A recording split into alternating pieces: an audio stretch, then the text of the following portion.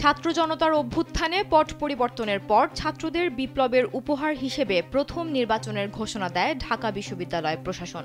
দীর্ঘ প্রতীক্ষার অবসান ঘটিয়ে ঢাকা বিশ্ববিদ্যালয় কেন্দ্রীয় ছাত্র সংসদ ডাকসু নির্বাচনের তফসিল ঘোষণার পরপরই ছাত্র রাজনীতির কেন্দ্রবিন্দুতে পরিণত হয়ে ওঠে ঢাকা বিশ্ববিদ্যালয়। সে নির্বাচন ঘিরে ঘটেছে নানা নাটকীয় ঘটনা।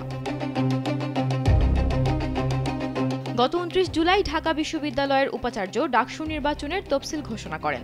নির্বাচনের তারিখ ঘোষণার পর থেকেই ক্যাম্পাসে নির্বাচনী আমেজ শুরু হয়ে যায়। বিভিন্ন ছাত্র সংগঠনের সম্ভাব্য প্রার্থীরা মনোনয়নপত্র সংগ্রহ ও জমা দিতে শুরু করেন। এ প্রক্রিয়া কেন্দ্র করে ক্যাম্পাসে বিভিন্ন ছাত্র সংগঠনের তৎপরতা বাড়তে থাকে। স্যান্ডেলিনা সো, রূপচর্চায় আভিজাত্য।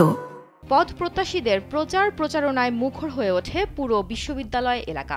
এবারে মোট 28টি পদে 471 জন প্রার্থী প্রতিদ্বন্দ্বিতা করছেন। প্রার্থিতা দিয়ে চমক দেখায় ছাত্রদল ও ছাত্র শিবির এবং বৈষম্য বিরোধী ছাত্র আন্দোলন। জুলাই আন্দোলনের সামনে থাকা নিয়মিত ছাত্রকে ভিপি প্রার্থী করে চমক দেখায় ছাত্রদল। সংগঠনটি শীর্ষ নেতাদের বাদ দিয়ে বিশ্ববিদ্যালয়ে নিয়মিত ছাত্র ও জুলাইয়ে মাঠে থাকা আবিদুর রহমান আবিদকে মনোনয়ন দেয় বিএনপি। এরপর থেকে চমক দেখাতে থাকে ছাত্রদল। নির্বাচনী প্রচারেও স্বতন্ত্র ও বিকল্প নেতৃত্ব হিসেবে নিজের অবস্থান প্রমাণ করেছেন। অন্যদিকে চমক দেখিয়েছে ঢাকা বিশ্ববিদ্যালয়ের দীর্ঘদিন নিষিদ্ধ থাকা ইসলামী ছাত্র শিবির। সংগঠনটি ঐক্যবদ্ধ শিক্ষার্থী জোট নামে প্যানেলে ভিপি হিসেবে জুলাই আন্দোলনে অন্যতম সমন্বয়ক ও নেপথ্যের যোদ্ধা হিসেবে পরিচিত সাদিক কায়ুমকে ভিপি হিসেবে মনোনয়ন দেয়।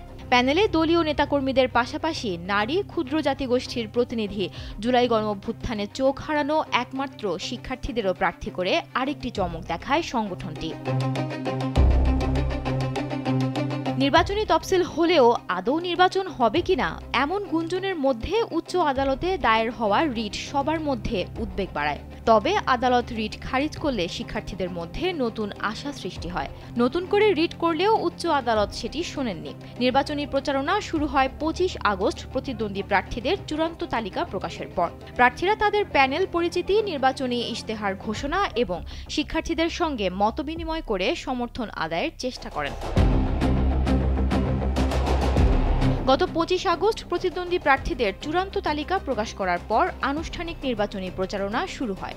এরই মধ্যে প্রার্থীরা প্যানেল পরিচিতি, নির্বাচনী ইশতেহার ঘোষণা এবং শিক্ষার্থীদের মধ্যে মতবিনিময়ের মাধ্যমে নিজেদের পক্ষে সমর্থন আদায়ের চেষ্টা করেন।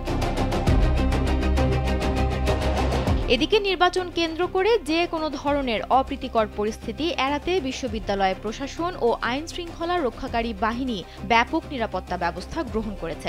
ক্যাম্পাসের গুরুত্বপূর্ণ পয়েন্টগুলোয় অতিরিক্ত পুলিশ মোতায়েন করা হয়েছে এবং সার্বক্ষণিক নজরদারির জন্য সিসিটিভি ক্যামেরার সংখ্যা বৃদ্ধি করা হয়েছে। দীর্ঘদিন পর ডাকসু নির্বাচন অনুষ্ঠিত হওয়ায় শিক্ষার্থীদের মধ্যে প্রত্যাশার পারদ তুঙ্গে। তারা আশা করছেন নির্বাচিত প্রতিনিধিরা শিক্ষার্থীদের অধিকার আদায় এবং বিশ্ববিদ্যালয়ের সার্বিক উন্নয়নে গুরুত্বপূর্ণ ভূমিকা পালন করবেন। সুমনা মুস্তফা, কালবেলা।